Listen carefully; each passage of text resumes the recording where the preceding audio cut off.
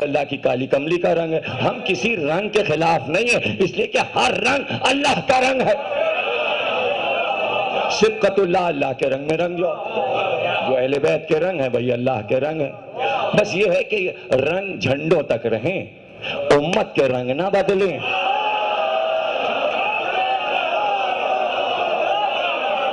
امت بار بار رنگ نہ بدلے، ورنہ ایک ہی ہے وہ کیڑے مکیڑوں میں جو بار بار رنگ بدلتا ہے.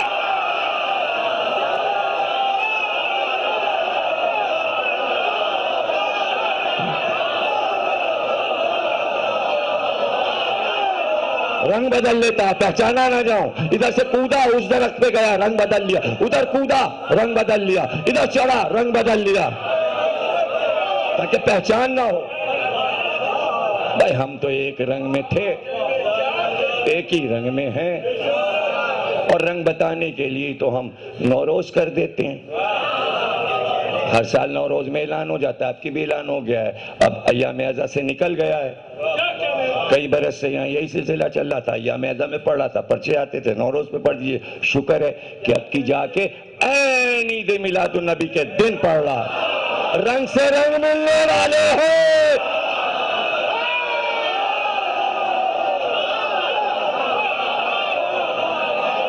رنگ سے رنگ ملنے. اور چھیٹے آج پڑ گئے. یہ چھیٹے جو پڑتے ہیں نوروز سے پہلے مارچ میں، بھئی برسات سردی سب ختم، اب یہ چھیٹا کیوں پڑا؟ یہ ہے آب نیسا. نوروز کے بعد ایک اور چھیٹا پڑے گا، وہ بھی آب نیسا. نوروز سے پہلے جو چھیٹا پڑے وہ بھی آب نیسا. جو نوروز کے بعد چھیٹا پڑے گا مارچ میں وہ بھی آب نیسا. یہ آب نیسا صرف اللہ اس لیے برساتا ہے کہ جب یہ نجف کی زمین پر یہ بوندیں گرتی ہیں، اسی سے بنتا ہے در نجف. اس سے در نجف. نوروز تو نوروز ہے، لوگ آب نیسا نہیں جانتے. ٹی وی پہ تو ابھی ہر سال یہی پوچھا جاتا ہے نوروز کیا ہے. جس دن یہ پوچھ لیا آب نیسا کیا ہے، تو بھائی تھوڑی بہت تو معلومات رکھیں. تو کم از کم قصر مسیب تو یہ سب کچھ جان رہے ہیں نا. یہاں کا مجمع پتہ ہے آب نیسا کیا ہے. ابھی شعر و ادب پڑھیے تو پتہ چلے آب نیسا کیا ہے. حضور کی حدیثیں پڑھیے تو پتہ چلے آب نیسا کیا ہے. حدیث میں بھی ہے، در نجف کا ذکر بھی ہے، حدیث میں بھی ہے، تاریخ میں بھی ہے. شعراء نے نظم بھی کیا ہے، انیس کیا بھی ہے، دبیر کیا بھی ہے، غالب کیا بھی ہے، آب نیسا بھی ہے. غزلوں میں استعمال ہوا ہے، در نجف بھی خوب استعمال ہوا. یہ سب نوروز سے ہی متعلق چیزیں ہیں. اور جو پہنتے ہیں انگوٹھی وہ تو پہنتے ہیں، کوئی خیالی بات تو ہے نہیں. نجف جائیے در نجف لے آئیے. نجف نہ جائیے اتنا پیسہ کیوں خرچ کیجئے کہ نجف جائیے اور پھر در نجف لائیے. بس یہ وزیر جعفری کہیں چلے جائیں. جولی تک تو جانا ہے. در نجف لے. اب اس کے فوائد، در نجف پہننے کے کیا کیا فوائد ہیں، یہ وزیر جعفری سب سمجھا دیں گے. در نجف میں ایک تو یہی فائدہ ہے کہ آدمی جلتا نہیں، کپڑا جلتا نہیں، آگ قریب آتی نہیں. ابھی آگ کیسے قریب ہے؟ جب علی والے کے قریب نہیں آتی تو جو علی کا پتھر ہے وہاں سے نکل رہا ہے، وہ آگ کو کیسے آنے دے؟ اور یہ بھی ہے کہ در نجف پیاس لگی ہو، منہ میں رکھ لیا. صحرا میں چلے جا رہے، پانی نہیں مل رہا ہے، در نجف منہ میں رکھ لیا، پیاس بجھ گئی. عقیق منہ میں رکھ لیا، پیاس بجھ گئی. یہ در نجف اور عقیق جو ہیں جڑواں بھائی ہیں. دونوں نے ساتھ ساتھ ولایت علی کو قبول کیا تھا. ایک کا رنگ یمنی لال کلیجی ہے، ایک سفید.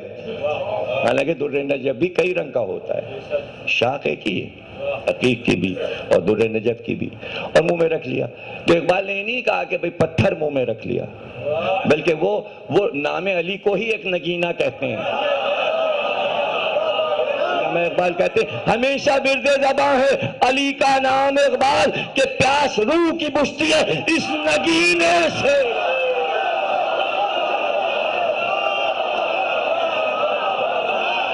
پیاس روح کی بجھتی ہے اس نگینے سے.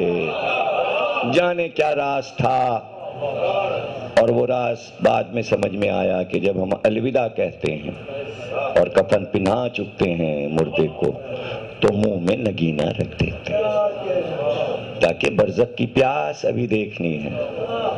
تو یہ پیاسا نہ رہے، جانے والے کا اتنا خیال کہ یہ پیاسا نہ رہے، اس کا منہ خشک نہ ہو جائے۔ اللہ اکبر۔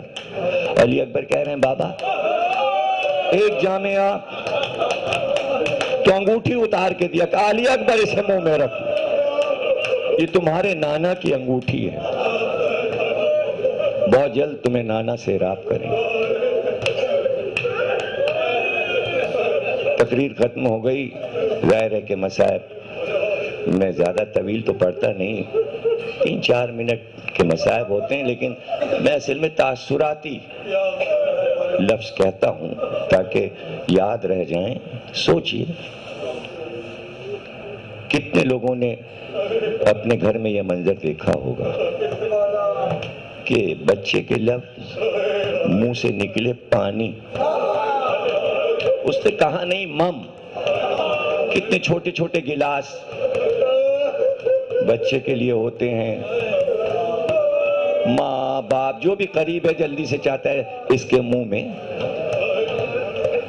گلاس لگا دیں، اور جس وقت بچہ پانی پی رہا ہوتا ہے تو جو پیار ٹپکتا ہے بزرگ کی آنکھ سے کہ اب تو یہ نہیں کہے گا میں پیاسا ہوں، اب تو یہ نہیں کہے گا۔ سن لیا نا؟ تو علی اکبر تو اب 18 برس کے ہو گئے، کتنے لمحے مدینے میں ایسے آئے ہوں گے کہ علی اکبر نے کہا ہوگا اماں پیاس لگی ہے، ام لیلہ نے جلدی سے پانی بڑھایا ہوگا اور کہا بیٹا علی اکبر پانی پی لو، تو کیا در خیمہ سے ماں یہ نہیں دیکھ رہی ہوگی کیا 18 برس کا بیٹا کہہ رہا بابا پیاسا ہوں؟ تو اب ماں کا کلیجہ، اللہ، یہ کیوں کہے میں نے یہ جملے؟ یہ میں نے اس لیے کہے کہ ابھی ام لیلہ کو قیامت سہنا ہے، اس لیے کہ ام لیلہ کے ساتھ علی اکبر کا سر چلے گا، اور جتنی بار سوکھے ہوئے ہونٹ نظر آئیں گے پکار کے لیلہ کہے ارے میرا بچہ پیاسا ہے، میرا علی اکبر پیاسا ہے، میرا علی اکبر پیاسا ہے۔ کیا درد تھا ماں کے بہن میں کہ ام لیلہ ساری زندگی علی اکبر کو نہ بھول سکی، اور سوال ہی نہیں پیدا ہوتا بھولنے کا، صبح ہو یا شام، لیکن صبح کا وقت ایسا ہوتا ہے سناٹا کہ اگر کوئی روئے تو دور تک آواز جاتی ہے۔ لیلہ بی بی صبح اٹھ کے بانسو بہانا اور علی اکبر کو یاد کرنا، اور وہ درد بھری آواز محلے بنی ہاشم میں گونج اٹھتی تھی۔ باہر سے کوئی ساربان اپنے اونٹ کو لیے ہوئے آیا اور اسی گلی سے گزرا، محلے بنی ہاشم سے چلتے چلتے اونٹ رکا، اس نے بہت اسے آگے چلانا چاہا، وہ نہیں بڑھا، آگے نہیں بڑھا، تو تازیانہ لے کر وہ اونٹ سے اترا کہ یہ آگے کیوں نہیں بڑھ رہا، میں دیکھوں تو، اور اگر نہیں بڑھ رہا تو ایک تازیانہ اس کو مار کے آگے بڑھو۔ اونٹ سے اترا، لیکن اتر کے جو اونٹ کے سامنے آیا تو دیکھا اونٹ نے گردن جھکائی ہوئی ہے اور آنسو ہیں اونٹ کے کہ رکتے ہی نہیں، بہتے جاتے ہیں بہتے جاتے ہیں۔ اس نے اپنے اونٹ کو پہلی بار روتے ہوئے دیکھا، چاروں طرف دیکھا، دیکھا سامنے ایک سبزی فروش اپنی دکان کھولا تھا، دوڑ کے گیا، کہا بھائی یہ بتا دو یہ میرا اونٹ رو رہا ہے، آخر یہ کون بی بی روئے جاتی ہے جس کی وجہ سے میرا اونٹ رک گیا؟ اس نے کہا بھائی ہو تجھے نہیں معلوم یہ علی اکبر کی ماں ام لیلہ جو اپنے لال کو پکار رہی ہے علی اکبر۔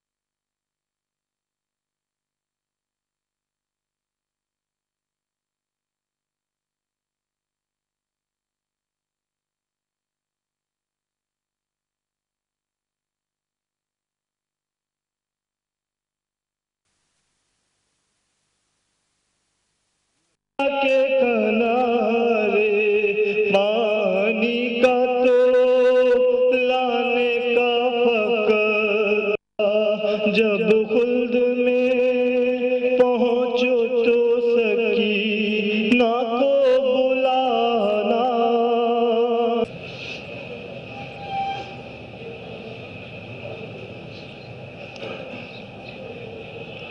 بسم اللہ الرحمن الرحیم۔ تمام تعریفیں اللہ کے لیے، درود اور سلام محمد اور آل محمد۔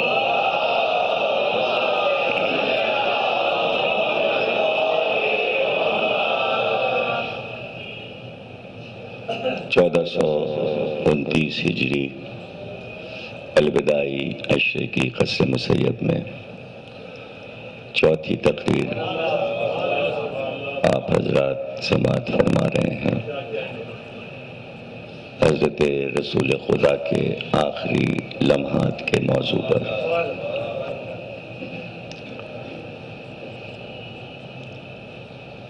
کل گفتگو تھی کہ آخری دنوں میں آپ نے لشکر تیار کیا تاکہ وہ روم کے لیے روانہ ہو جائے۔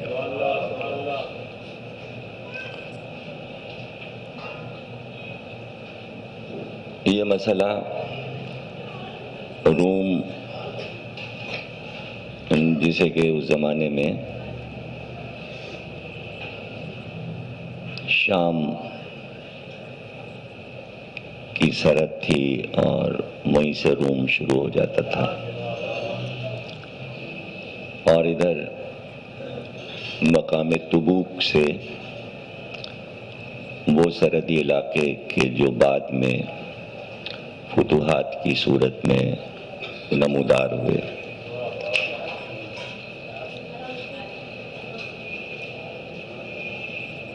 نشاندہی رسول خدا نے کی تھی کہ ان راستوں پر جاؤ گے تم، اگر یہ لشکر چلا جاتا تو سرکار کی زندگی میں جو فتح ہوتی، تو یہ جملہ کل میں نے کہا تھا کہ وہ مرضی نبی سے حدود اسلامی وسیع ہوتی، لیکن چونکہ سرکار کی مرضی کے خلاف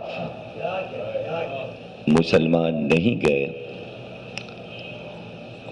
اور یہ ایک پوری فہرست ہے شروع سے آخر تک کہ کلمہ پڑھنے کے بعد کہاں کہاں پر مسلمانوں نے حکم اللہ کی نافرمانی کی۔ طویل فہرست ہے، یہ طویل فہرست ہے۔ جنگ احد میں مسلمانوں سے کہا کہ اس مقام سے ہٹنا نہیں، نقصان دہ ہوگا معاملہ، لیکن مسلمان ہٹ گئے اس جگہ سے، اور وہ جگہ خالی ہو گئی اور دشمن نے ادھر ہی سے حملہ کر دیا۔ جیتی ہوئی لڑائی شکست میں تبدیل ہو گئی، اور اسی لڑائی میں حضور زخمی بھی ہوئے اور جناب حمزہ شہید ہوئے۔ تو اگر فرمان رسول پہ عمل ہو جاتا تو نہ رسول زخمی ہوتے اور نہ جناب حمزہ شہید ہوتے۔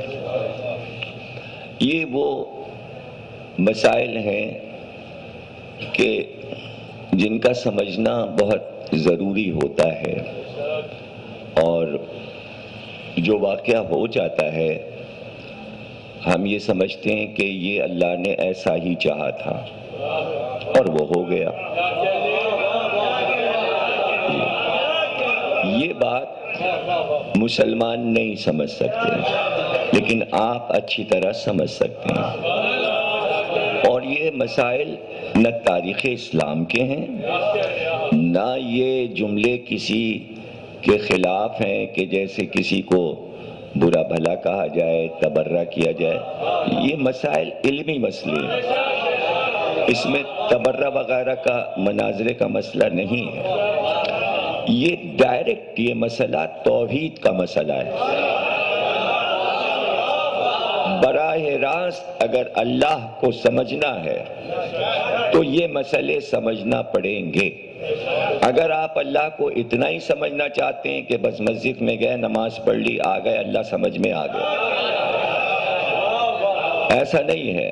توحید ایک بہت ہی گمبھیر مسئلہ ہے، اور ان تمام مسائل کو اللہ کو سمجھنے کے لیے یہ باتیں سمجھنا پڑیں گی۔ اسی طرح ہم کہہ دیتے واقعہ کربلا اللہ چاہتا تھا ہو جائے، نہیں، یہ جو کچھ بھی ہوا ہے، حضرت علی کی شہادت ہو، امام حسن کی شہادت ہو، یا واقعہ کربلا ہو، یہ سب کچھ اللہ نہیں چاہتا تھا۔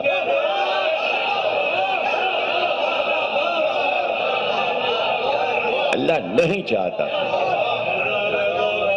اگر اللہ یہ سب کچھ چاہتا تھا تو کیا دنیا اس لیے بنائی تھی کہ اپنے بھیجے ہوئے بندوں کو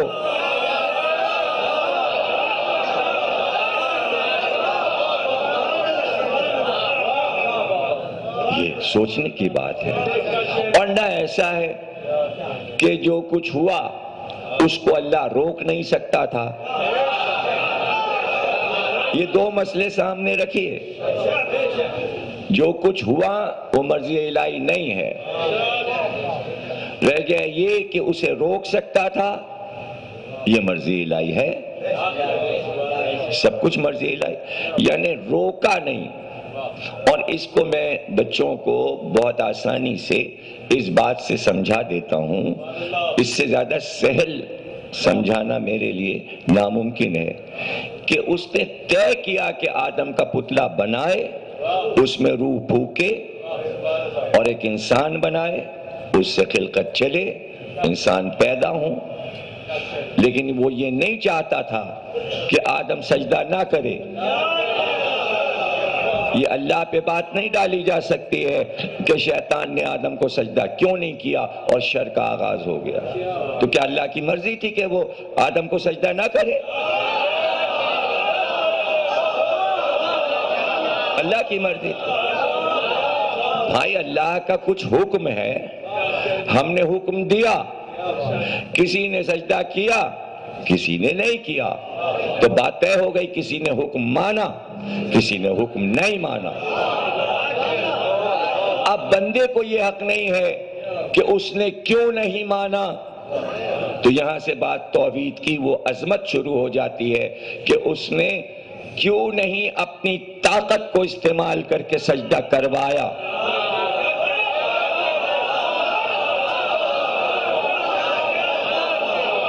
اگر آپ یہ اعتراض اللہ پہ کریں گے تو اس سب میں ہم سب شامل ہیں، ہم سب شامل ہیں۔ مثلا یہ کہ ایک شخص کو آپ دیکھتے ہیں بڑا متقی ہے، بڑا پرہیزگار ہے، بڑا نمازی ہے، یعنی دین کے ہر رکن پہ عمل کرتا ہے، تو اللہ کی مرضی ہے کہ یہ ایسا کرے۔ ایک انسان لا الہ بھی کہہ رہا ہے لیکن گناہ بھی کر رہا ہے، تو وہ یہ کہہ سکتا ہے کہ اس متقی جیسا مجھے کیوں نہ بنایا، یہ تقوی پہ تقوی کیا جا رہا ہے تو ایسے ہی مجھے بھی بنا دیتا۔ تو کیا اللہ اس سے یہ کہے گا کہ ہم نے ہاں اس کو ایسا بنایا اور تجھے گناہگار بنایا؟ نہیں، وہ اپنی مرضی سے سب کچھ کر رہا ہے، تم اپنی مرضی سے سب کچھ کر رہے ہو۔ اس لیے کہہ دیا کہ متقی اور گناہ صغیرہ اور کبیرہ کرنے والے دونوں برابر نہیں ہو سکتے، فاسق و فاجر اور متقی برابر نہیں ہو سکتے۔ اگر دونوں برابر ہوتے تو وہ کہتا کہ یہ بھی میری مرضی سے ہو رہا ہے، وہ بھی میری مرضی سے ہو رہا ہے، ٹھیک ہے جب یہاں آؤ گے تو فیصلہ کر کے ہم ٹھیک کر لیں گے۔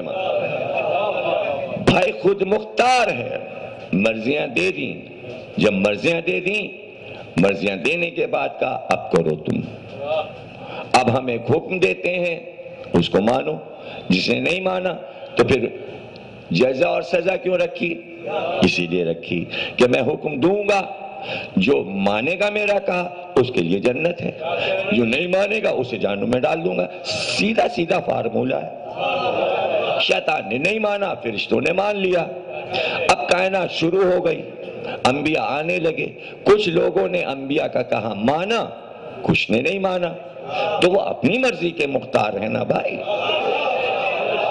تو اس کو سوچئے کہ سرکار کے احکامات پر جن لوگوں نے عمل کیا ان کا رتبہ بڑھا، جنہوں نے نافرمانی کی ان کا رتبہ نہیں بڑھا. تو اب آپ اس پہ پردے نہ ڈالیے.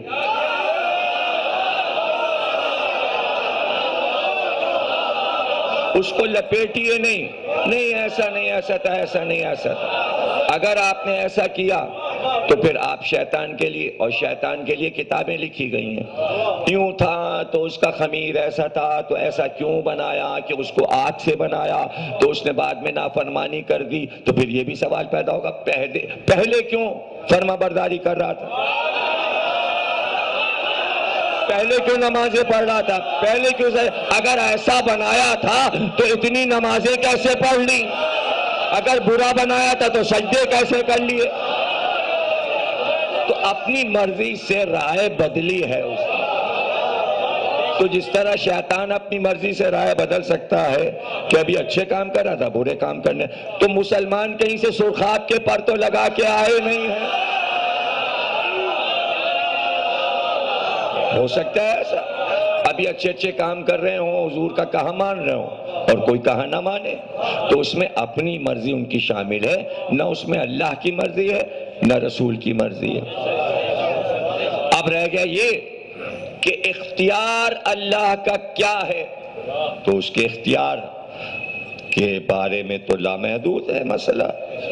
اس کو سارا اختیار حاصل ہے، جس راستے سے چاہے اپنا کام کروا لے. تو اس کے اختیار میں تھا کہ شیطان سے سجدہ کروا سکتا تھا، اس کے اختیار میں تھا کہ جنگ احد میں مسلمان نہ بھاگیں درے سے، اس کے اختیار میں تھا کہ رسول اللہ زخمی نہ ہوں، اس کے اختیار میں تھا کہ جناب حمزہ شہید نہ ہوں. تو اگر وہ اس طرح اختیارات اپنے استعمال کرتا رہتا بندوں کو اختیار دے کر، تو بندے کہتے پھر ہمیں کیوں اختیار دیا، ہمارے اختیار میں تو شامل ہوتا جا رہا ہے. تو اللہ نے کہا تمہارا اختیار تمہارے پاس، ہمارا اختیار ہمارے پاس. فرق یہ ہے کہ ہم جب چاہیں اپنے اختیار کو روک سکتے ہیں، ہماری کوئی بے عزتی نہیں ہے. تمہارا اختیار روکا جائے تو تم تڑپنے لگتے ہو، شکوے کرنے لگتے ہو، کفر اختیار کرنے لگتے ہو. اس لیے ہم تمہارے اختیار کو سلب نہیں کرتے، دے دیا تو دے دیا، کچھ اپنے پاس رکھا کچھ تمہیں دے دیا.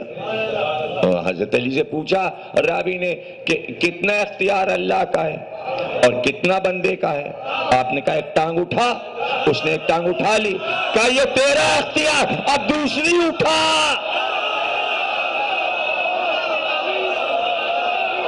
دوسری اٹھا، کہا گر جاؤں گا.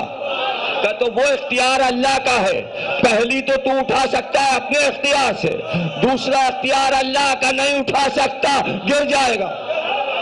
تو اللہ تجھے گرانا تھوڑی چاہتا ہے، تیرا اختیار تجھے دے دیا کہ تو نے اپنی ٹانگ اٹھا لی. اب یہ میرا اختیار ہے کہ دوسرا پیر تو نہیں اٹھا سکتا، دوسرا پاؤں زمین پہ رہے گا. تو آپ نے دیکھا کتنا عدل کیا اس نے، کتنا عدل کیا اس نے. اب دیکھیے اپنے اختیار سے یہ پاؤں اٹھایا، یہ اختیار اللہ کا ہے، نہیں اٹھا سکتا. تو اب اگر ایک سے چلنا ہے تو چل سکتا ہے، تو دوسرا پاؤں اٹھا کر چلنا چاہے تو اب اللہ کے اختیار میں اپنا اختیار ڈال کر لنگڑے کی طرح اچک اچک کے چل رہا ہے.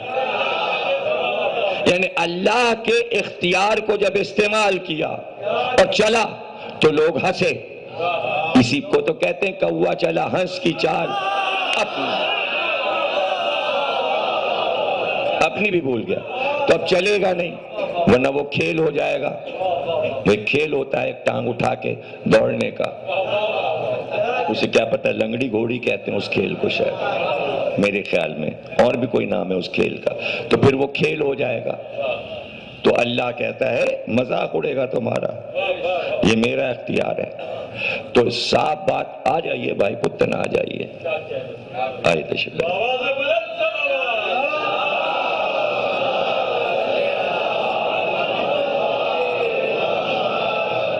تو یہ اختیار دے کر اور آدھا اختیار رکھ کر چاہا کہ بندے کو آزمائے. آدھا اختیار تمہیں دے دیا، اب اس میں تم چاہو تو ہماری فرما برداری کرو، چاہو تو نافرمانی کرو. رہ گیا یہ کہ جب نافرمانی کرو گے تنبیہ تو کریں گے، انتقام نہیں لیں گے،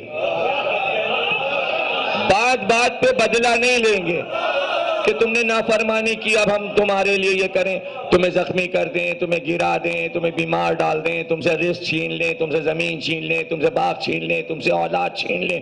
نہیں، ساری نعمتیں تمہارے پاس رہیں گی. نعمت چھین کر ہم انتقام نہیں لیتے. تو ذرا اس کی بڑائی تو دیکھیے کہ انسان اس کا اختیار چھیننا چاہتا ہے لیکن اللہ بندے کا اختیار نہیں چھینتا. فرعون کی حکومت نہیں لیتا، نمرود کی حکومت نہیں لیتا، یزید کی حکومت نہیں لیتا، اختیار دیا ہوا ہے، اختیار دیا ہوا. بعد کربلا یزید کی روٹی نہیں بند کرتی، انتقام لینے پہ آتا تو پانی بند کر دیتا کہ ہمارے بندوں کا تو نے پانی بند کیا، اب میں انتقام لیتا ہوں، پانی بند. پورے شام کے دریا سوکھ جائیں، سب پیاسے رہیں، کوفے والے اور حلب والے اور جو لشکر میں آئے ہیں، ان کا پانی بند کر دو، ان کا کھانا بند کر دو، ان کی ہر نعمت بند کر دو، ان کے لیے ہوا بند کر دو، ان کے لیے روشنی بند کر دو. نعمتیں نہیں چھینی، اپنا اختیار دکھانے کے لیے نعمتیں نہیں چھینی، رہنے دیا. اس لیے رہنے دیا کہ دیکھو نافرمانی کا مسئلہ درپیش ہوگا تو تم رسوا ہوگے، رسوا تم خود ہوگے، میں رسوا نہیں کروں گا. یہ ہے سارا مسئلہ. تو اب سرکار کے ساتھ جو بھی ہیں لا الہ والے، اگر وہ نافرمانی سرکار کی کرتے ہیں تو اللہ رزق نہیں چھینے گا، بلکہ جتنی وہ دولت حاصل کرتے جائیں گے وہ چھینے گا نہیں، وہ ان کا اختیار نہیں لے گا، لیکن یہ بتائے گا کہ تم دنیا کی ساری عزتیں خرید لو، لیکن چونکہ نافرمانی محمد کی کر چکے اب قیامت تک تمہارے لیے رسوائی ہے.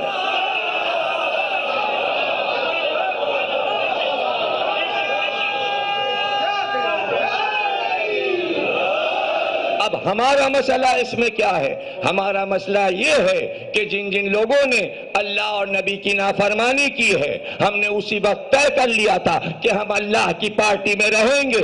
ہم جو رسوا ہو رہے ہیں ان کے جو داغ ہیں انہیں دھونے کے لیے نہیں بیٹھے. امت بیٹھی ہے داغ دھونے، ہمیں اللہ کی پارٹی.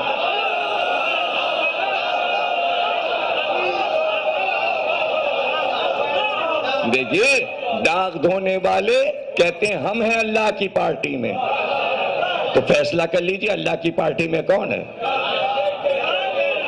اللہ کی پارٹی میں کون ہے؟ اللہ کی پارٹی میں ہیں اس لیے اللہ کی طرف سے بول رہے ہیں. تو تقریریں رسول کا آخری لمحہ نہیں بیان ہو رہا ہے، یہ توحید پہ ہو رہی ہیں تقریریں، توحید کو بچانے کے لیے. توحید کو لاکھوں کتابیں اس پہ لکھی گئیں کہ پردہ پڑ جائے یہ معاملہ یہیں ٹھپ ہو جائے، لیکن عجیب قدرت کا انتظام ہے. جیسے کہ میں نے جملہ کہا کہ رسوائی دھری ہوئی ہے، آپ نافرمانی کر لیجئے، کامیاب ہو جائیے، اپنی نظر میں رسول کو ناکامیاب کر دیجئے کہ علی کے لیے اعلان کیا، آپ نے علی کو خلافت نہیں لینے دی، آپ ہو گئے کامیاب، آپ ہیں کامیاب گرو. آپ چپ بیٹھ جائیے. اب ہم سے نہ بولیے، ہم نے ذرا سے بیان کیا غصہ آ گیا. کیوں غصہ آ رہا ہے؟ آپ کامیاب ہو چکے، غصے کی کیا بات؟ کیا چیز آپ کو نہیں ملی؟ تخت ملا، تاج ملا، وقت ملا، فوج ملی، عزت ملی. آج بھی عزت ہے، آج بھی زندہ باد ہو رہا ہے. تو اب تو اطمینان ہو جانا چاہیے. اب ہمیں چھوڑ دیجئے، ہم کیا کہہ رہے ہیں؟ بس ہم یہ کہہ رہے ہیں کہ اس مسئلے کو ذرا سا سمجھ لیجئے، ورنہ توحید جو ہے لرزہ براندام ہو جائے گی. آپ اس کو سمجھ لیجئے. تو جہاں رسول کی نافرمانی ہو جائے، تو اب لوگ دیکھے کہتے ہیں اصل میں باتیں ہوتی ہیں ذرا سی نازک، بس وہ پہلو چھپا ہوا ہوتا ہے. اس کے لیے اللہ کہتا ہے عقل استعمال کرو. لاؤ میں تمہارے لیے ایک نوشتہ لکھ دوں، آخری لمحہ ہے، لاؤ میں ایک نوشتہ لکھ دوں. اگلا جملہ، تاکہ تم میرے بعد گمراہ نہ ہو جاؤ.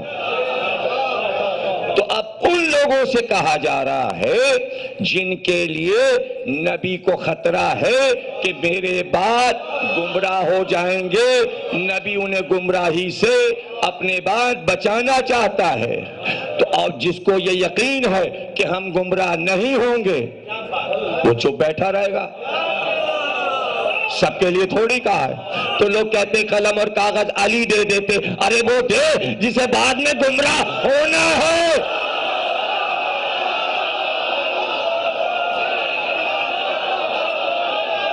سلمان دے دیتے، عمار دے دیتے، مقداد دے. ان لوگوں نے کیوں نہ دے دیا؟ ارے یہ کیوں دے؟ انہیں یقین تھا کہ ہم نبی کے بعد گمراہ نہیں ہوں گے، اور وہ نہیں ہوئے. جن کے لیے خطرہ تھا کہ گمراہ ہو جائیں گے، لا میرے بعد کہیں گمراہ نہ ہو جانا. پھر ایک اور دوسرا مسئلہ دیکھیں کتنا نازک مسئلہ تھا. کیوں دیتے علی قلم اور کاغذ؟ مخاطب امت کو کیا ہے. علی امت نہیں ہے، علی امت کے امام ہے.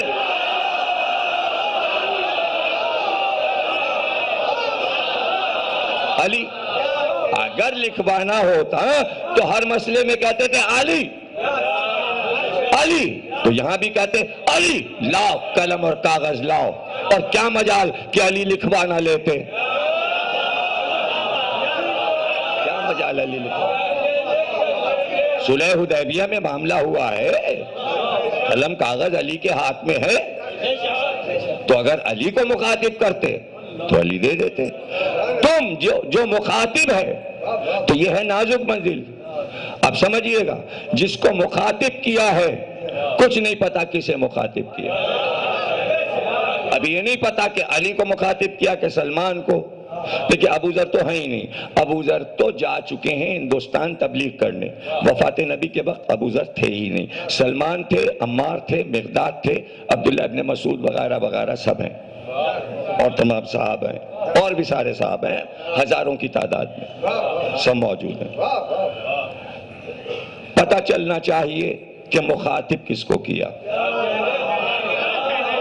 نام تو لیا نہیں کہ فلانے قلم اور کاغذ لاؤ، ایسا تو کوئی نہیں مخاطب ہے. ابھی پتہ چل جائے گا کہ مخاطب کس کو کیا تھا کہ قلم اور کاغذ لاؤ. جو جواب دے گا اس کو مخاطب کیا تھا.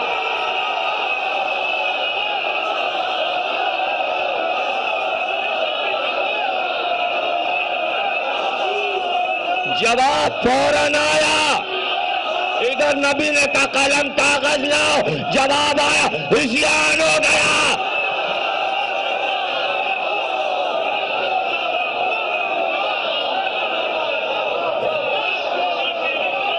اب پہچان لو آدمی کہ کس کو مخاطب کیا. دیکھیں جملہ کہا تھا میرے بعد گمراہ نہ ہو جاؤ. لو زندگی میں ہی گمراہ ہو گئے. اسی سے تو بچا رہے تھے. گمراہی بھی سامنے آ گئی، آدمی بھی سامنے آ گیا. اس کے بعد مرغے کی ایک ٹانگ. پھر جمے رہے کہ اگر نہیں دیا تھا کسی اور نے تو پھر علی اٹھ کے دے دیتے. اب کیوں علی دیتے؟ جب کہہ دیا ہزیان، تو اگر علی دیتے اور نبی لکھتے تو کہتے ہزیانی کیفیت میں لکھا گیا۔ اس کا کیا اعتبار تحریر کا؟ اب تحریر بیکار، اب لکھنا بیکار، اب بعد میں لکھنا بیکار۔ پتہ چلا تحریر لکھوانا ہی نہیں چاہتے تھے، لکھوانا نہیں تھا۔ وہی والی بات، شیطان سے سجدہ نہیں کروانا تھا اللہ کو، اور قرآن میں یہ بات کہہ دی کہ ہم نے سجدہ اس لیے کروایا جو دل میں ہے وہ زبان پہ آ جائے، قلم اس لیے مانگا جو دل میں ہے وہ زبان۔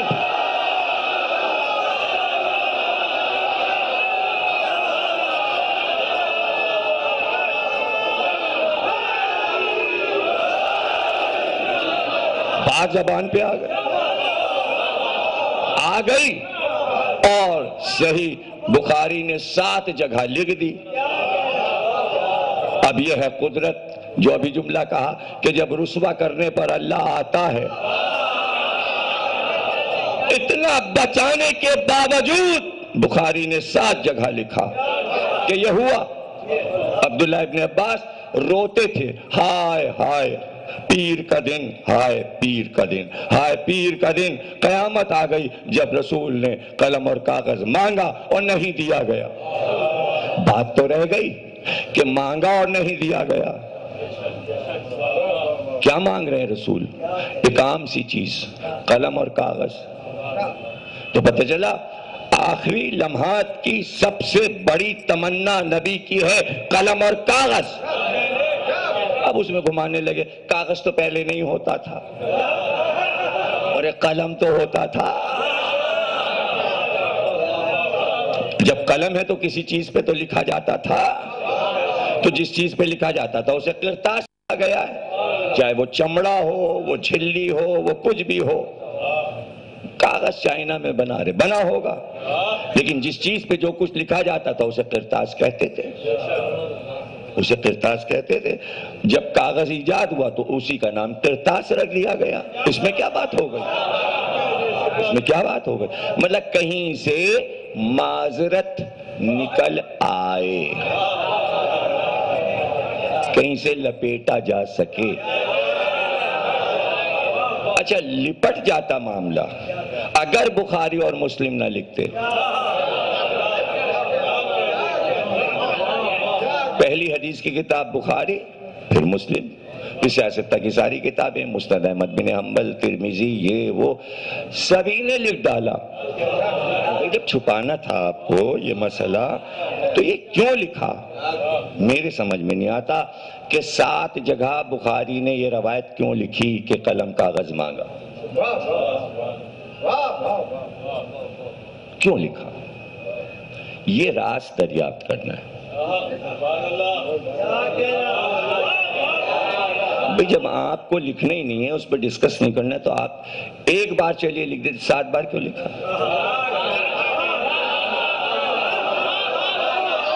لکھتے ہی چلے جائیں، جگہ جگہ لکھتے چلے، ایک ہی بات کو لکھتے چلے جائیں، فائدہ کچھ ہے نہیں لکھنے لکھانے کا۔ اس لیے کہ قلم کاغذ تو نہیں ملا تو پھر لکھا کیوں؟ جب وہ مسئلہ ہی نہیں حل ہوا تو لکھنے کی کیا ضرورت تھی؟ پتہ چلا امام بخاری نے نہیں لکھا۔ امام بخاری نے نہیں لکھا۔ قلم ان کا ہے، ہاتھ ان کا ہے، مگر انہوں نے نہیں لکھا۔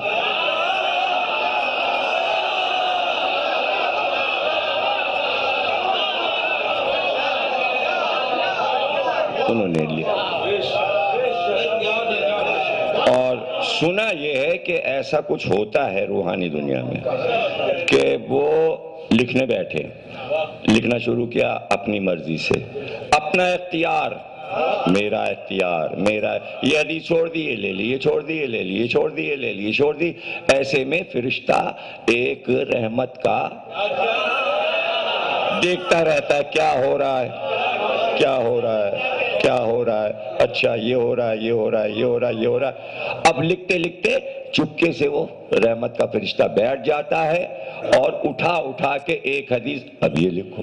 اب ان کو پتہ نہیں وہ اٹھا کے دے رہا، انہوں نے لکھ لی۔ اب اس نے اٹھایا 7 بار وہ حدیث فرشتے نے اٹھائی، یہ لیجئے، یہ بھی لکھ لیجئے، یہ بھی لکھ لیجئے، یہ بھی لکھ لیجئے، یہ بھی لکھ لیجئے، اور لکھا کے غائب۔ یہ کیوں آیا؟ یہ 7 بار کیوں لکھوا گیا اور ان کو پتہ بھی نہیں چلا اور وہ لکھوا کے چلا گیا؟ کہ اس کی مرضی ہے کہ رسوا ہو۔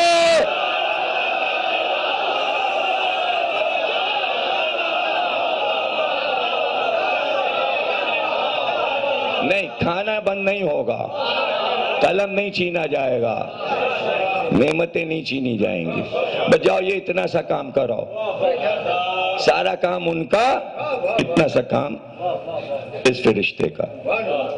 موکل آیا، اس نے کہا 7 بار دے دی وہی حدیث اٹھا کے مختلف چیپٹروں میں۔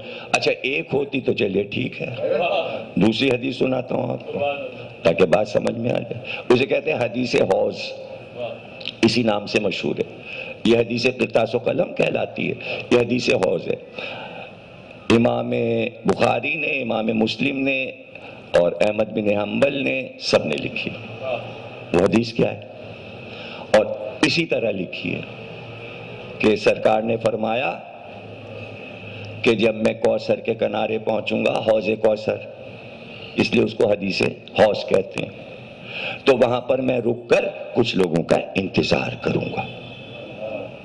یہ بخاری میں بھی ہے، مسلم میں، میں کچھ لوگوں کا انتظار کروں گا۔ ایسے میں وہ لوگ آ جائیں گے جن کا مجھے انتظار ہوگا، اور وہ آ کے کہیں گے کوثر کا جام دیجئے، تو کچھ فرشتے کھڑے ہوں گے، وہ انہیں مار مار کے پیچھے دھکا دیں گے۔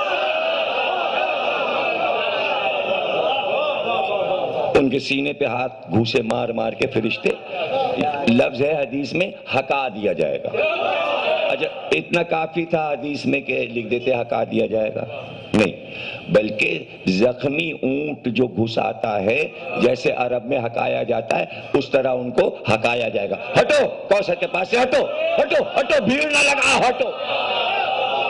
اب پوری حدیث سنتے جائیے گا، بخاری اور مسلم اور امام احمد بن حنبل نے جس طرح لکھا ہے اسی طرح میں آپ کو سنا رہا ہوں، لفظ بہ لفظ، اور ایک جگہ نہیں لکھا، سب نے لکھا اور دل بھر کے لکھا اس حدیث کو۔ سمجھ میں نہیں آتا کہ کیوں لکھا، وہی فرشتہ لکھا گیا، اور تو سمجھ میں نہیں آتا ہے، لکھی ہوئی ہے، موجود ہے کتاب میں۔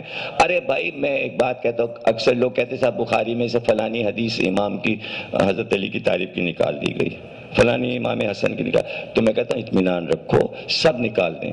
یہ ایسی چھوٹی حدیثیں ہیں جو انہیں پتہ ہی نہیں کہ نکالنا ہے کہ نہیں نکالنا ہے، چھپے جا رہی چھپے جا رہی، تو یہ تو رہیں گی، گھبرانے کی بات نہیں، بخاری رہے گی، اور بخاری کے لیے سارے دلائل آپ کے سب موجود رہے گا، اطمینان رکھیے، آپ کا معاملہ اس میں موجود رہے گا۔ اور اگر سب نکال دیا تو بخاری نہ رہے گی، سادہ کاغذ اور مقدمہ رہ جائے گا، پھر اس میں بچے گا کیا؟ پتلی سی کتاب ہو جائے گی، 3 جلدوں کی اتنی موٹی کتاب اتنی سی ہو جائے گی اگر سب نکال دیا تو۔ کیا نکالیں گے اس کے بعد بھی رہے گا، پھر ہم پڑھ دیں گے، کہیں گے اچھا یہ ضمیر اختر نے پڑھ دیا، اس کو بھی نکال دو، ہم آئندہ سال کچھ اور پڑھ دیں گے، پھر یہ بھی نکال دو، پھر کچھ اور، تو کہاں تک نکال دو؟ تو حدیث حوض تو ہے۔ ایسے میں جب فرشتے ان کو بھگائیں گے، ہکائیں گے، تو رسول اللہ کہیں گے پروردگار یہ میرے اصحاب ہیں، یہ میرے پیارے پیارے اصحاب ہیں۔ خدا کا شکر ہے لفظ اصحاب آیا۔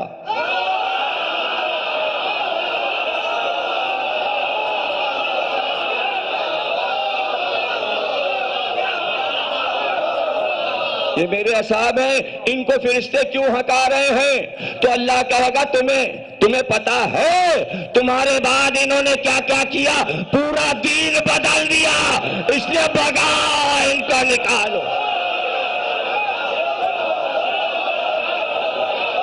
پورا دین بدل۔ یہ حدیث بخاری میں کیوں رکھی ہے؟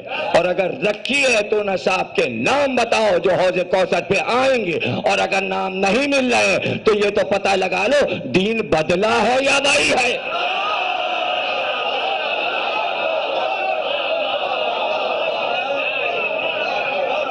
یہ کیوں لکھی بخاری نے؟ تو اس کے معنی یہ حدیث آخری لمحات کی یہ بتا رہی ہے کہ سرکار پہچنوا کے چلے گئے نام نہیں بتائے، امام بخاری نے بھی نہیں بتایا، امام مسلم نے نہیں بتایا، لیکن نام ڈھونڈنا مشکل ہے۔ بھئی یہ پتہ لگا لیجئے دین کو بدلا کس نے؟ دین کو بدلا کس نے؟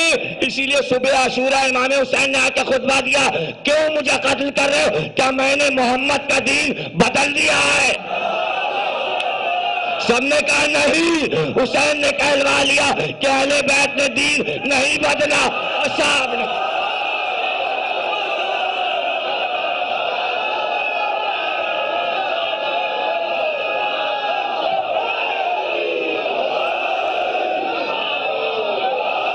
میں نے دین بدلا ہے۔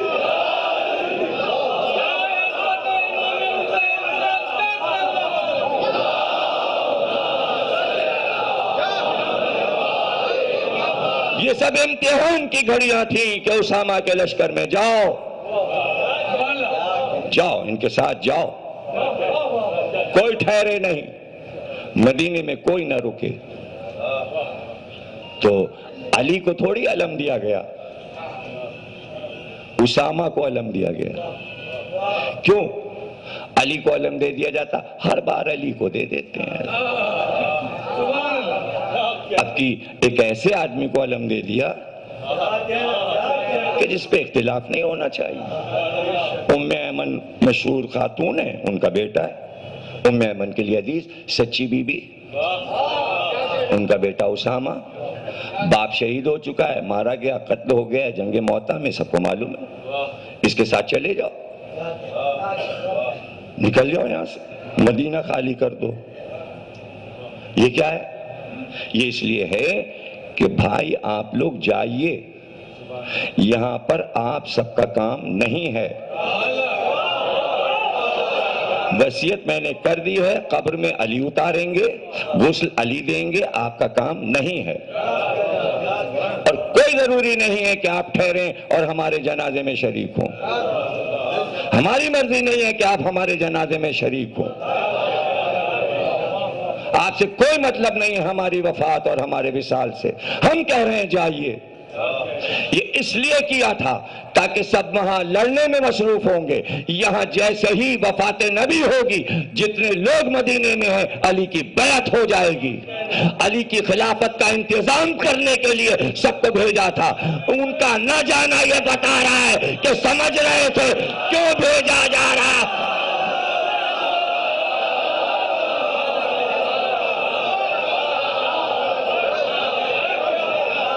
اور وہی ہوا، بات کھل گئی کہ سب کیوں نہ گئے۔ اس لیے نہیں گئے کہ علی کو خلافت نہیں لینے دینا ہے۔ اب پھر اگلی تقریر میں پڑھیں گے اور تفصیل بتائیں گے کہ کیسے کیسے بلایا جا رہا ہے۔ جلدی آئیے، طبیعت خراب ہے، ارے جلدی سے آئیے، حالت خراب ہے۔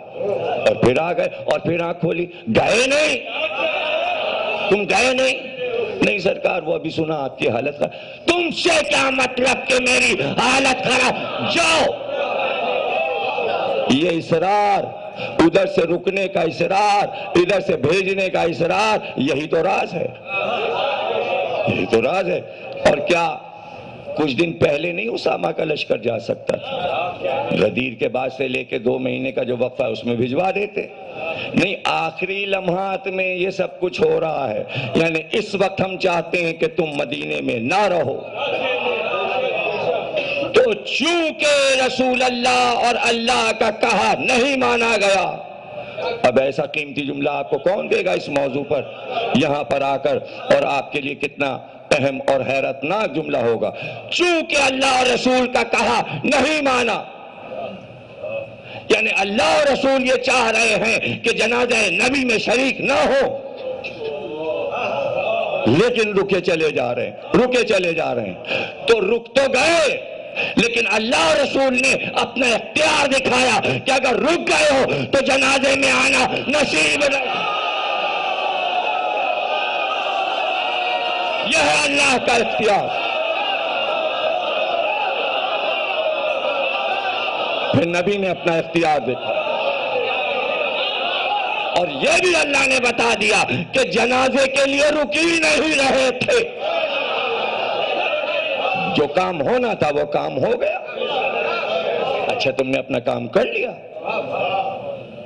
کر لیا, ٹھیک ہے, اب جاؤ. اب ہم تمہیں یہ نہیں کریں گے کہ تم نے جو ارادہ کیا ہے وہ تم سے چھین لیں. نہیں, تمہارا اختیار تم نے استعمال کر لیا, تمہارا اختیار تم نے استعمال کر لیا. آپ سمجھے ہی نہیں. اگر شیطان سجدہ نہ کرتا آدم کو تو کتنے بڑے حقوق لے کر محشر کے دن آتا, اور جب ساری انسانیت آتی تو شیطان اٹھ کر کہتا یہ آئے ہیں تیرے گناہگار بندے, کتنی نمازیں پڑھی ہیں انہوں نے, کتنے سجدے کیے ہیں, ان کے مقابل میں تیرا عبادت گزار ہوں, اس لیے محشر کا اختیار مجھ کو دے کہ میں بخشوں. جو نمازی ہے اسے بخشوں, جو روزے دار ہے اسے بخشوں, جو عبادت گزار ہے مجھے اختیار دے, میں ہوں تیرا سب سے بڑا عبادت گزار. کیا انبیاء نے عبادت کی ہے؟ میرا ایک سجدہ 7,000 برس کا ہے. آدم نے کوئی ایسا سجدہ کیا؟ نوح نے ایسا سجدہ کیا؟ ابراہیم نے کوئی ایسا سجدہ کیا؟ سجدہ نہ کر کے آدم کو اپنی عبادتوں کا صلہ شیطان نے اسی وقت لے لیا.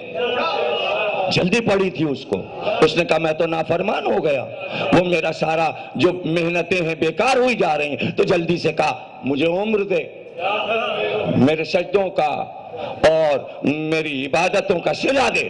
اللہ نے کہا مانگ, دینے والا ہو. ایسا نافرمانی کے بعد, نافرمانی کے بعد, نافرمانی کے بعد مانگ. کیا مانگتا ہے؟ کہا عمر چاہیے, لے وقت معلوم تک کی عمر. اور کیا چاہیے؟ زمین پہ اقتدار چاہیے, چھپ چھپ کر بہکاؤں لوگوں کو اور لوگ مجھے دیکھ نہ سکے. جا یہ سلطنت بھی تجھے دے دی, تیرا اختیار ہے زمینوں پر اور انسانوں پر. اور کیا چاہیے؟ وہ مانگتا گیا, وہ دیتا گیا. کہ اب تیرا وہ سارا سرمایہ ختم ہو گیا نا نمازوں اور عبادتوں کا, اب محشر میں تو نہیں بول سکتا. تو نے بدلہ لے لیا, تو نے صلہ لے لیا, تو نے صلہ لے لیا. اچھا جاؤ سقیفہ جاؤ, حکومت لے لو. اب جو کچھ کیا ہے لا الہ کے بعد اختیار ختم ہو گیا.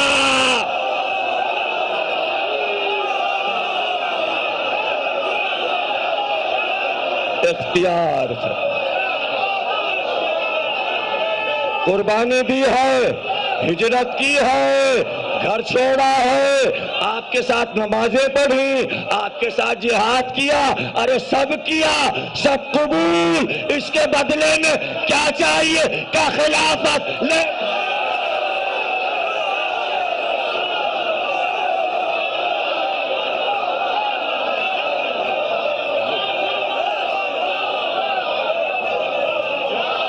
مل گیا, صلہ مل گیا. اب جو محشر میں آئے تو کورے, اب کہی نہیں سکتے نمازیں پڑھی تھیں, تیرے حبیب کے ساتھ جہاد کیا تھا.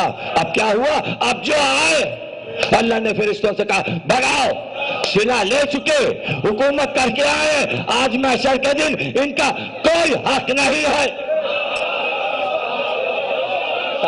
نکالو, چلو جاؤ. اب نبی کہہ رہے ہیں میرے, کہ نہیں تمہارے بعد. یہ سرکار نے یہ کیوں کہا؟ میرے پیارے ہیں.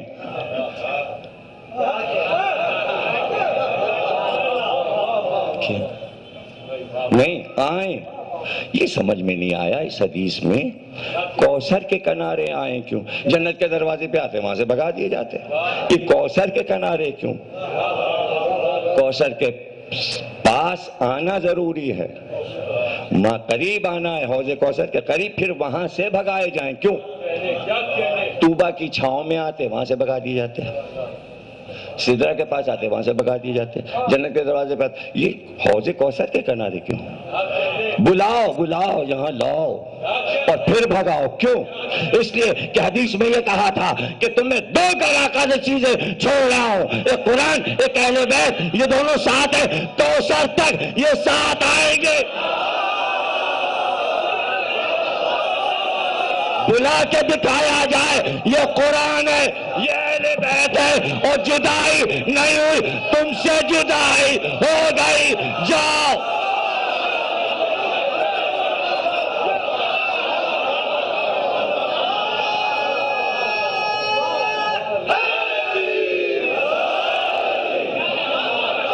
یہ ہے دونوں، دکھا دیا جائے کہ دیکھو جدا نہیں ہوئے، اور کوثر تک دونوں آ گئے، دیکھ لیا۔ یہ ہے قرآن، یہ ہے اہل بیت۔ اور حدیث یہ ہے کہ قرآن پھر کاغذ کا نہیں آئے گا، یہ کوئی چھپا ہوا پریس کا قرآن نہیں آئے گا اہل بیت کے ساتھ، قرآن مجسم اپنی شکل میں آ جائے گا۔ کہتے ہیں خوبصورت جوان حسین جو غیب میں ہے وہ ہے قرآن، اور وہ آئے گا، نبی کہیں گے یہ ہے قرآن، یہ ہے اہل بیت، اور یہ ہے ہمارا دربار، آج ہم ہیں بادشاہ، یہ ہے میرے اہل بیت، یہ کھڑے ہیں اہل بیت، اور یہ سامنے ہے قرآن۔ ہاں جب جشن ہوتا ہے اور بادشاہی کا اعلان ہوتا ہے اور اللہ پکار کر کہے گا آج بادشاہی کس کی ہے، اور جب بادشاہی کا اعلان ہوگا تو ولی عہد بھی ساتھ ہے، ورثہ بھی ساتھ ہے، اور ایسے میں قرآن سامنے آئے گا۔ یہ اس لیے ہوتا ہے کہ جب بڑا جشن ہوتا ہے اور اس میں کوئی بڑا اعلان ہونے والا ہوتا ہے، اور جب جشن منگتا ہے تو پھر شاعر آتا ہے اور آ کے کہتا ہے سرکار قصیدہ کہہ کے لایا ہوں اس مبارک موقع کے لیے۔ اب وہ منقبت کی محفلیں ہو چکی، شعراء پڑھ چکے، انیس پڑھ چکے، دبیر پڑھ چکے، دربار لگ چکے، عشق و تعشق پڑھ چکے، جوش پڑھ چکے، سب اپنے اپنے دور میں قصیدہ خوانی کر چکے، دربار نبی لگ چکا۔ یہ آخری دربار ہے کہ کائنات کو دکھایا جائے تو کائنات کا سب سے بڑا مداح آئے کہ جو اس خاندان کی مدح کرے، اس لیے قرآن کو بلایا گیا کوثر کے کنارے، اور جب وہ آ جائے تو کہے گا یہ ہے دربار، پھر وہ قصیدہ شروع کرے گا اِنَّا أَعْطَيْنَاكَ الْكَوْثَرَ فَصَلِّ لِرَبِّكَ وَانْحَرْ۔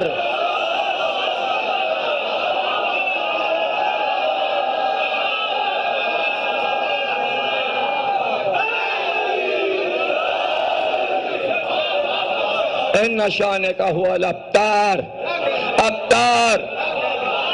قرآن ادھر اشارہ کرے گا اِنَّا أَعْطَيْنَاكَ الْكَوْثَرَ، پھر قرآن اشارہ کرے گا هُوَ الْأَبْتَرُ۔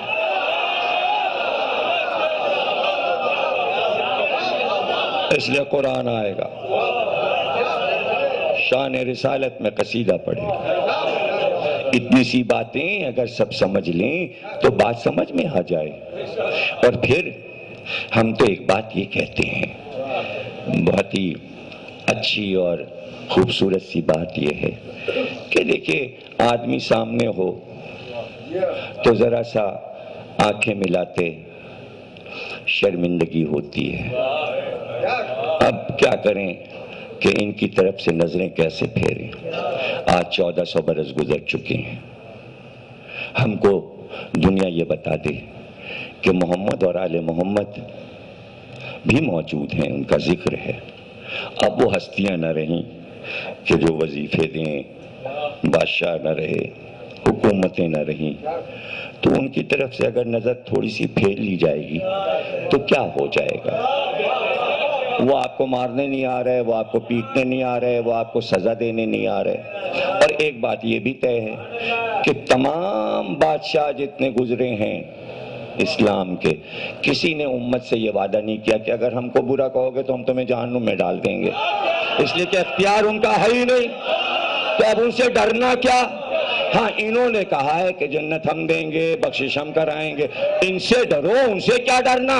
جنہوں نے کوئی وعدہ ہی نہیں کیا ان سے ڈرنا کیا؟ ان سے کیا خوف ہے؟ ان سے کیا خوف ہے آپ بتائیے؟ تو وجہ بتا دیجئے، نام جپنے کی وجہ بتا دیجئے۔ ایک ہی بات سمجھ میں آتی ہے کہ آپ کو اہل بیت سے ضد ہے، اس لیے آپ اہل بیت کے غیر کو مشہور کرنا چاہتے ہیں، عزت دینا چاہتے ہیں۔ وجہ؟ ارے بھائی اگر کسی حدیث میں کہیں کوئی قول تاریخ میں مل جائے کہ یزید نے یہ کہا ہو کہ امت کو ہم محشر میں بخشوائیں گے، تم ہماری تعریفیں کرتے رہنا ہمارے مرنے کے بعد بھی، ہم اللہ سے کہہ کے تمہیں جنت میں بھجوائیں گے۔ ہے کوئی ایسی روایت؟ جب نہیں ہے تو اب اس کو بچا کے رضی اللہ کر کے فائدہ؟ دو پیسے کا بھی فائدہ نہیں ہے یزید کی تعریف کرنے کا. عجاب رہ گیا یہ کہ بھئی آئیڈیالوجی ہے کہ یزید کو بچا کے اچھا ثابت کر کے ایک فائدہ ہے. کیا اس سے یہ ہوگا کہ اس کے ابا بچ جائیں گے.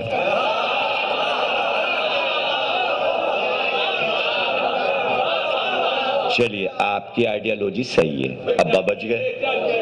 ابا بچ گئے, ابا کو کیوں بچا رہے ہیں؟ تاکہ دادا ابا کو بچائیں.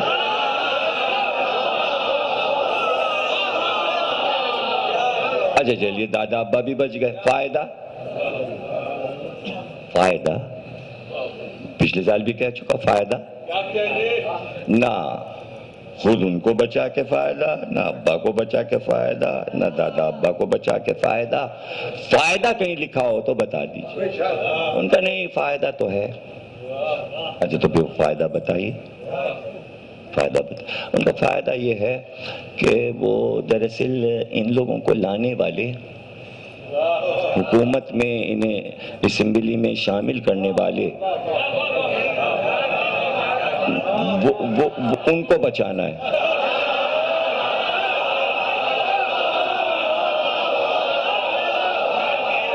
اچھا آپ یہ بتا دیجئے ان کو کیوں بچانا ہے. اب یہ بتا دیجئے ان کو بچانے کا فائدہ. دیکھیے آپ نادانی کی باتیں مت کیجئے.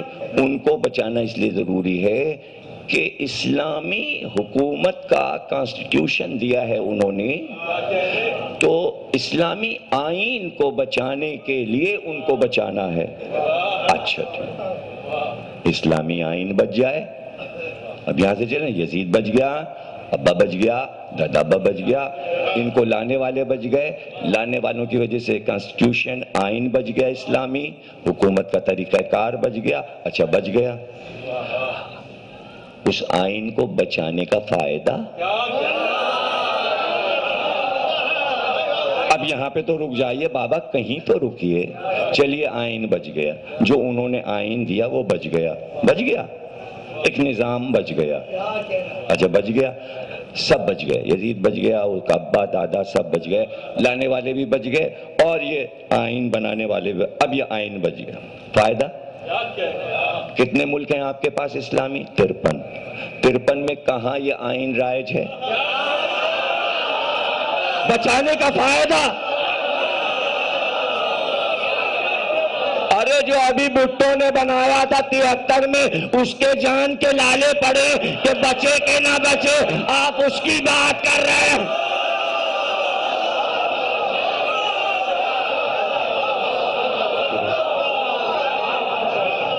اچھا چلیے ٹھیک ہے, یہ بچا کے کاغذی طور پہ تحفے میں رکھ لیجئے. رکھا ہوا ہے, انہوں نے بنایا تھا, قابل احترام, ٹھیک ہے رکھے رہیے, میوزیم میں رکھ دیجئے. بچے جائیں گے پڑھیں گے, اچھا پہلے ایسے حکومت ہوتی تھی. تو کورس میں پڑھایا جا رہا ہے, کراچی یونیورسٹی میں بھی, پنجاب یونیورسٹی میں بھی ایسے چلتی تھی حکومت. یہ انہوں نے آئین بنایا, ٹھیک ہے بنایا. اب یہ 1400 سال سے وہ آئین ہم کتاب میں پڑھتے آ رہے ہیں, رائج کہیں نہیں ہوا. مطالبہ ہوتا ہے, نظام فلاں لائیں گے, نظام فلاں لائیں گے, آیا نہیں. لانا ہے, لانا ہے. اچھا ٹھیک ہے لانا ہے, یہ رکھا ہوا ہے میوزیم میں. ارے کراچی یونیورسٹی کا ہی میوزیم صحیح, کہیں تو رکھا ہوا ہے, یہ رکھا ہوا ہے. 14 سال گزر گئے, رکھا ہوا ہے, ہم دیکھ رہے ہیں. یہ بتائیے کہ بھٹو نے 73 میں بنایا تھا, اس کے بعد کتنے لوگ آئے؟ بھٹو کے بعد کتنے لوگ آئے؟ بھٹو آئے, پھر اس کے بعد ضیاء الحق, اس کے بعد پھر ہاں پھر وہ آئے, پھر نواز شریف, پھر بے نظیر, پھر نواز شریف, بیچ میں غلام اسحاق, پھر اس کے بعد مشرف نے کس سے حکومت لی تھی؟ نواز شریف سے لی, اب مشرف آ گئے. یہ بتائیے کہ جب سے بھٹو نے وہ پاس کرایا تھا ساری پارٹیوں سے آئین, اور بھٹو کے بعد سے لے کے مشرف تک اس آئین میں کیا کیا بدلا گیا؟ فلانی ترمیم, فلانی ترمیم, فلانی ترمیم. تو وہ اصلی ہے بھی کہ نہیں؟ یہ جو بھٹو کا بنایا ابھی بچوں کے سامنے، آپ لوگوں کے سامنے بنا، اس میں کتنا ترمیمات ہو چکے ہیں اور ابھی ہونے والی ہیں۔ یہ ججوں کے مسئلے میں ترمیم ہوئے گی، اور پہلے بھی ہوئی، ایمرجنسی کی ہوئی، یہ ہوئی، فلانے ہوئی۔ ترمیم نہ ہوتی تو زرداری کیسے آتے؟ ترمیم نہ ہوتی تو نواز شریف کیسے آتے؟ اس لیے کہ ترمیم سے بچایا گیا انہیں۔ اگر ترمیم نہ کی جاتی تو دونوں کو سزا ہوتی ہے، ایک کو پھانسی ہوتی ہے، ایک کو عمر قید ہوتی، نہ وہ ہوتے، نہ یہ ہوتے، نہ الیکشن ہوتا، نہ پارٹی ہوتی، کچھ بھی نہ ہوتا۔ تو آپ کی موجودہ سیاست کا تو یہ حال ہے۔ کیا گارنٹی ہے کہ جب سے وہ نظام فلاں بنا تھا 1400 برس میں اس میں ترامیم نہیں ہوئی؟ جب ترامیم ہوئی ہیں تو وہ تو نہ رہا، وہ تو نہ رہا۔ اگر ہے تو وہ تبدیل شدہ ہے، اور آج بھی اگر کوئی اسے لے گا تو جب تک کہ ماڈرنائز نہ کرے گا اسے، وہ چل نہیں سکتا۔ بھائی آپ کہاں بیٹھے ہوئے ہیں؟ اگر پولیس انہوں نے بنائی تھی تو آج کی پولیس جو ہے وہ بہت ترقی کر چکی ہے۔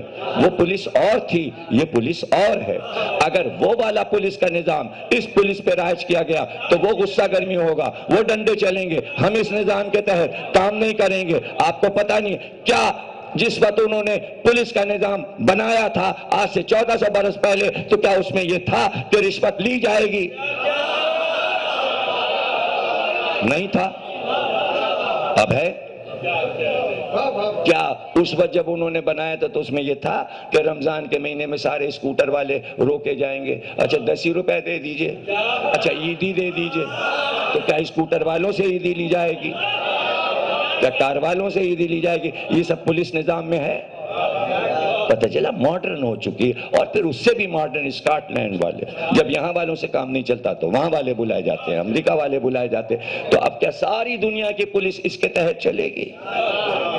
اسی طرح فوج ہے، فوج کا مسئلہ ہے، ماڈرن ہو چکی فوج، تو پتہ چلا وہ آئین نہیں چل سکتا۔ اچھا چلیے یہ آئین رکھا ہوا ہے، اچھا رکھا رہن دیجئے، نہ چلائیے، ترمیم کون کرے؟ اب یہ رکھا ہے۔ اب ہم پہنچے، ہم نے کہا دیکھیے یہ ہے قرآن، اور انہوں نے کہا تھا، جنہوں نے یہ نظام بنایا ہے انہوں نے کہا تھا یہ قرآن کافی ہے۔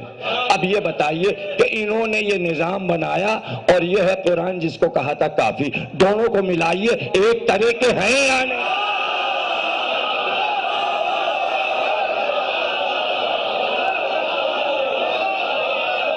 یہ زمین و آسمان کا فرق کیسے ہو گیا؟ قرآن کچھ کہہ رہا ہے، ان کا آئین کچھ کہہ رہا ہے، قرآن کچھ کہہ رہا ہے، ان کا آئین کچھ کہہ رہا ہے۔ تو بھائی کافی کی پیالی کہاں ہے؟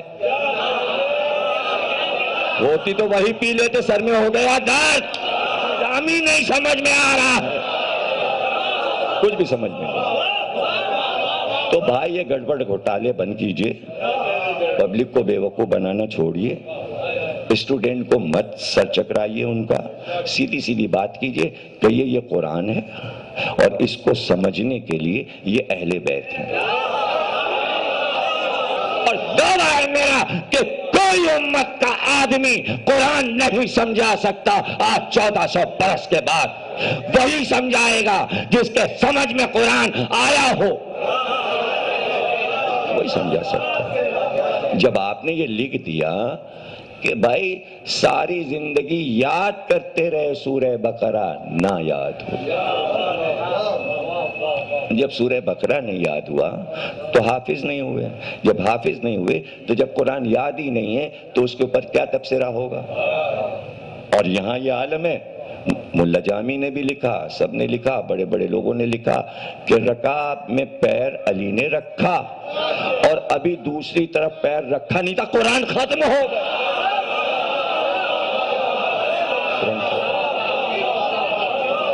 حافظ ہو تو ایسا ہو جس کو پتا ہو کون سی آیت کہاں اتری۔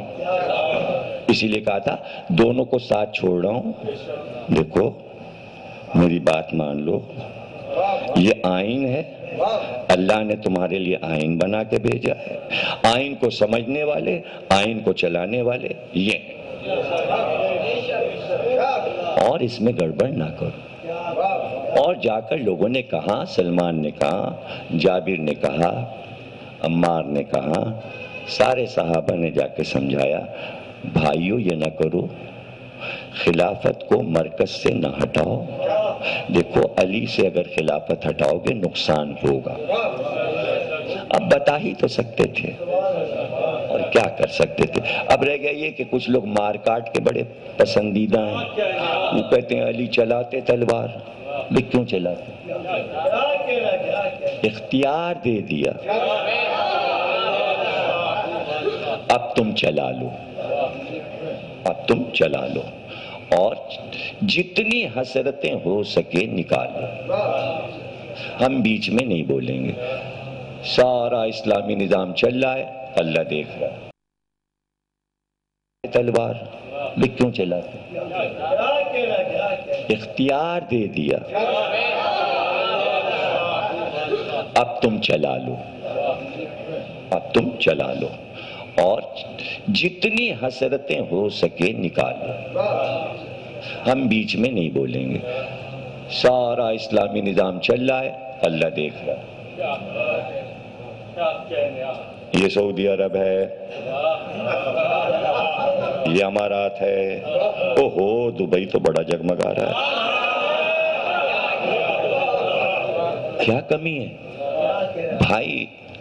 اللہ نے کہا جبریل ذرا دیکھنا، پردہ ہٹاؤ سامنے سے. جبریل یہ کون سا شہر ہے؟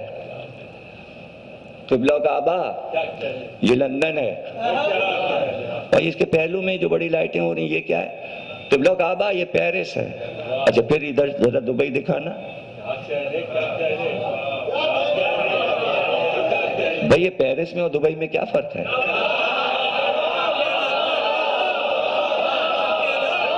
اسلامی نظام چل رہا ہے، اللہ دیکھ رہا ہے اور بہت خوش ہے. وہ خوش ہے. ہاں اس لیے کہہ رہے ہیں خوش ہے. چپ ہے. اس کے چپ ہونے پہ سمجھیں خوش ہے.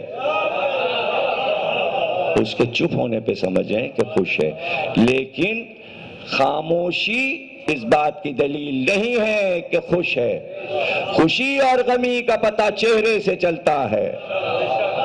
بیٹا پہچان لیتا ہے گھر آ کے ابا کو دیکھ کے کہ ابا اس وقت ناراض ہیں یا خوش ہیں.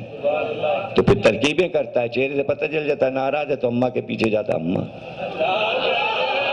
دیر ہو گئی، اماں ذرا دیر ہو گئی. اور اگر خوش ہے تو ماحول اچھا ہے، مہمان آئے ہوئے بیٹھ گئے، چائے وائے پینے لگے، بسکٹ بھی کھسکا لیا، یہ بھی دال موٹ بھی.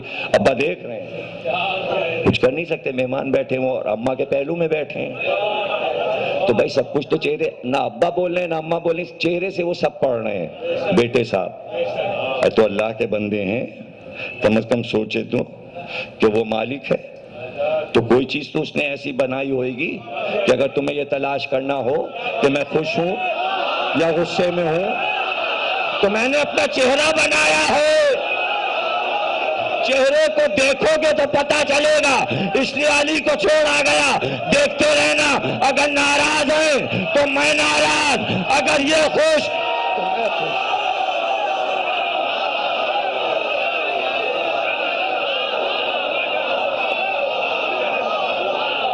تو رسول اللہ نے بتا دیا تھا. تقریر ختم ہوئی، رسول اللہ نے بتا دیا تھا. سنو بھائی، اب یہ بات تو سمجھ ہی لو، اس میں نہ تمہیں قلم کاغذ لانا ہے نہ کچھ ماننا ہے نہ کچھ ہے. لیکن ایک بات تمہاری بھلائی کی بتائے دیتے ہیں. میرے بات جس دن دیکھنا کہ علی زرد چادر اوڑھے ہیں اور ذوالفقار نیام میں نہیں ہے، نیام سے باہر ہے اور منہ سے جھاگ نکل رہا ہے اور چہرے پہ غصہ ہے، دور ہٹ جانا، قریب نہ آنا. اس وقت علی کے سامنے نہ آنا. تو اب یہ تو بات ایسی تھی کہ اس کو تو ماننا ہی پڑا. نہ مانے تو کیا ہوگا.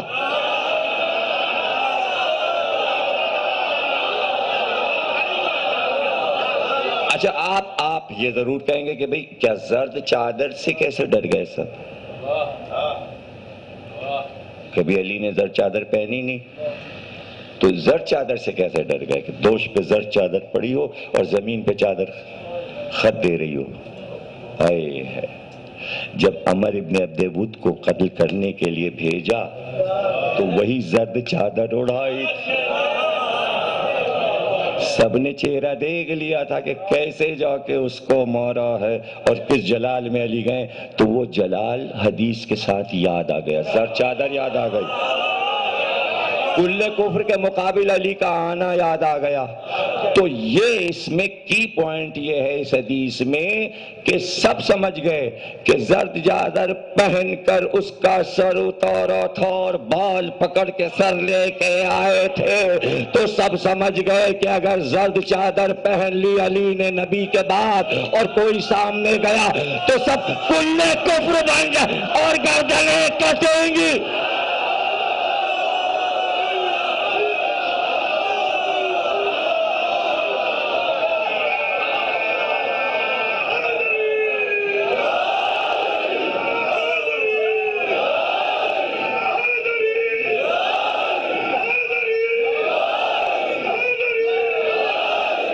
سب کو اپنے کٹے ہوئے سر نظر آ،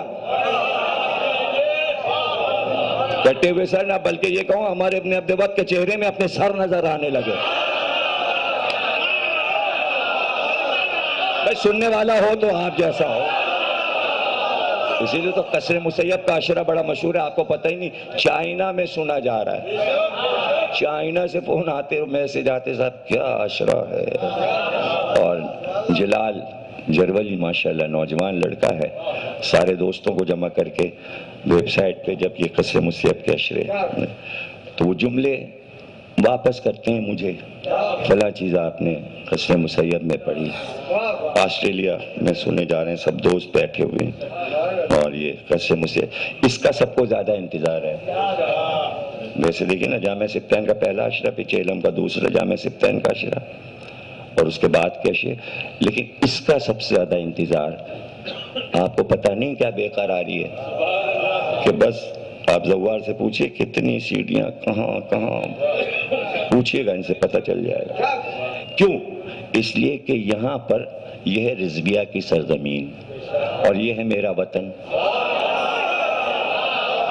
اب اپنے وطن میں تو بھائی آدمی اطمینان سے پڑھتا ہے، پھر اس گھرانے سے میرے پرانے تعلقات اور پھر ماشاءاللہ اس گھر کے بچے جنہوں نے اس طرح سنبھال لیا اس عزاداری کو جیسے مسیب صاحب کرتے، ان کے بیٹوں نے اور بیٹوں نے تو ماشاءاللہ یہ دیکھیں نا کہ پوتوں نے ماشاءاللہ اس طرح، اور لندن میں بیٹھے میں ثاقب صاحب ماشاءاللہ، لیکن آپ دیکھیں کہ انہیں اطمینان ہے، وہ خود بے قرار ہیں یہ عشرہ سننے کے لیے۔ ثاقب صاحب نمبر صاحب کے بیٹے، مسیب صاحب کے پوتے، اور اس لیے خوشی ہے کہ وہ ماشاءاللہ پی ایچ ڈی کر رہے ہیں وہاں، چونکہ علم حاصل کرنے کے لیے گئے ہوئے ہیں وہاں، تو اس کی خوشی ہے کہ یہاں ان کی عزاداری بھی ہو رہی ہے اور مولا ان کی مدد کر رہے ہیں، ادھر وہ اپنا تعلیم بھی حاصل کر رہے ہیں، حالانکہ ابا بن چکے، ابا بننے کے بعد پی ایچ ڈی کر رہے ہیں، حالانکہ شادی کے بعد پھر تعلیم سب چھوڑ کے بیٹھ جاتے ہیں، لیکن مولا کی طرف سے ایک مدد کہ ہو رہی ہے۔ تو یہ آپ جو محفل کو گلدستے کو سجائے بیٹھے ہوئے ہیں، تو آپ صرف یہ قصر مسیب کے امام باڑے میں تھوڑی بیٹھے ہوئے ہیں، اس وقت آپ پورے ورلڈ میں ہیں، پورے ورلڈ میں۔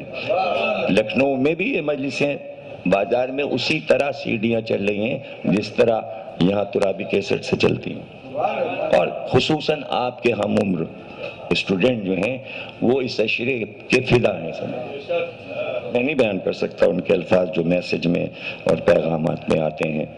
تو دیکھا وہ منظر سب نے، نظر آیا سب کو منظر، اب آئے سب واپس، جو کچھ ہونا تھا ہو چکا، کہنے میرے بغیر کیسے دفن کر دیا؟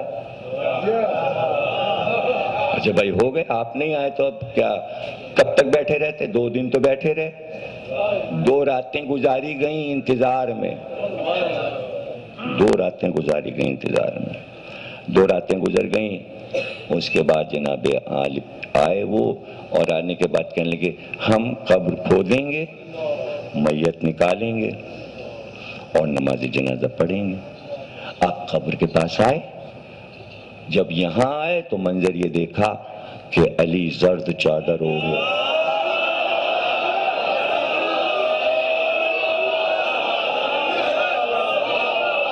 اور ذوالفقار ہاتھ میں، اور جیسے جیسے سب قریب آ رہے ہیں سب نے دیکھا کہ علی ابھی تو ٹہل رہے تھے، لیکن جب سب قریب آ گئے تو قبر رسول پر جس طرح گھوڑے پہ بیٹھتے ہیں، تو حدیث کا آخری جملہ یہ تھا کہ زرد چادر ہو، ذوالفقار ہاتھ میں ہو، منہ سے جھاگ نکل رہا ہو اور مٹی کے گھوڑے پہ سوار ہو۔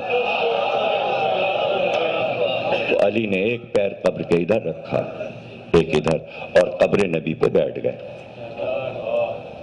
اور ہاتھ میں تلوار اور چہرہ۔ اب سب کو حدیث یاد آئی، زر چادر بھی تھی، ذوالفقار بھی تھی، جلال میں بھی تھے، مٹی کے گھوڑے پہ بھی سوار تھے، اور الفاظ ابھی زبان سے نکلے نہیں کہ علی نے جھک کر قبر نبی کو اپنے سینے کے نیچے اور قبر سے لپٹ گئے اور کہا اگر کسی نے اس قبر کی طرف آنکھ اٹھا کر دیکھی تو یہ علی کی ذوالفقار اور سب کے سر ہیں۔ اس طرح گنبد خضرا کو علی نے بچا لیا۔ ارے علی وہ ہے کہ لوگوں کے پردے ڈال دیتا ہے۔ اگر علی ایسا نہ کرتے اور کوئی عمل ہو جاتا، پھر ہم دیکھتے کہ تاریخ اسلام میں کیا لکھا جاتا، کیا لکھا جاتا، اور ہر جگہ پھر دفاع کے لیے علی موجود ہو جاتے ہیں، اہل بیت موجود ہو جاتے ہیں۔ اس کے بعد بھی ایسا ہوا کہ ارادہ کیا گیا، لیکن امام حسن نے اپنی قبر پیش کر دی، ائمہ نے اپنی قبر جنت البقیع، آؤ اسے گرا دو، اس گنبد خضرا کو رہنے دو۔ آج گنبد خضرا ہے، قوالیوں میں ذکر ہوتا ہے، چوما جاتا ہے، تصویریں بنتی ہیں، قبر کو چارے طرف سے بند کیا ہوا ہے، زری کو بند کیا ہوا ہے۔ کس کے وجہ سے یہ روضہ رہ گیا کہ آج دنیا زیارت کر رہی ہے؟ ایک بیٹی جس نے اپنے باپ کی قبر پر روزانہ جا جا کر مرثیہ پڑھا، سبت علیہ مصائب لونہا، سبت علیہ میں سرنا لیالیا۔ بابا آپ کے بعد آپ کی بیٹی فاطمہ پر بڑی مصیبتیں پڑی۔ انسان تو انسان، غم سرکار دو عالم میں جانور بھی بے قرار ہو گئے۔ جس ناقے پر ہمیشہ سوار ہوئے تھے، وہ اونٹنی جس پر سوار ہو کر جاتے تھے، اپنی رسی توڑا کے قبر نبی پہ چلی جاتی ہے اور جا کر اپنے منہ کو قبر نبی پہ رکھ دیتی ہے، اور آنکھ سے آنسو ہیں کہ بہتے جاتے ہیں، بہتے جاتے ہیں۔ لوگ اسے پکڑ کے لاتے ہیں، پھر باندھ دیتے ہیں، اور جب جناب فاطمہ کو پتہ چلا کہ اس کو پریشان نہ کرو، اسے پریشان نہ کرو، لوگوں نے آ کے بتایا اس نہ کھانا کھا رہی ہے، اونٹنی نہ پانی پی رہی ہے، جس دن سے سرکار گئے ہیں پانی نہیں پیتی، کچھ نہیں کھاتی۔ بی بی گئیں اسے دیکھنے کے لیے گئیں، پھر لوگوں نے آ کے بتایا اپنے آپ کو اس اونٹنی نے زمین پہ گرا دیا۔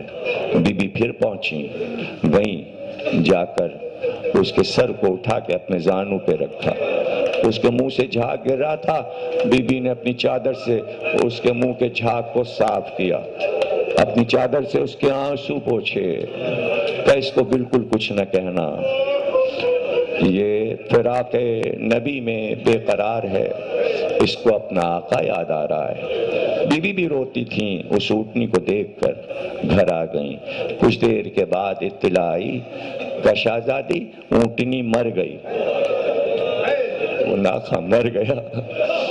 اب بی بی گھر سے نکلی، اس ناقے کے پاس پہنچی، سب کو بلایا اور کہا ایک قبر بناؤ، اس کے لیے قبر بناؤ۔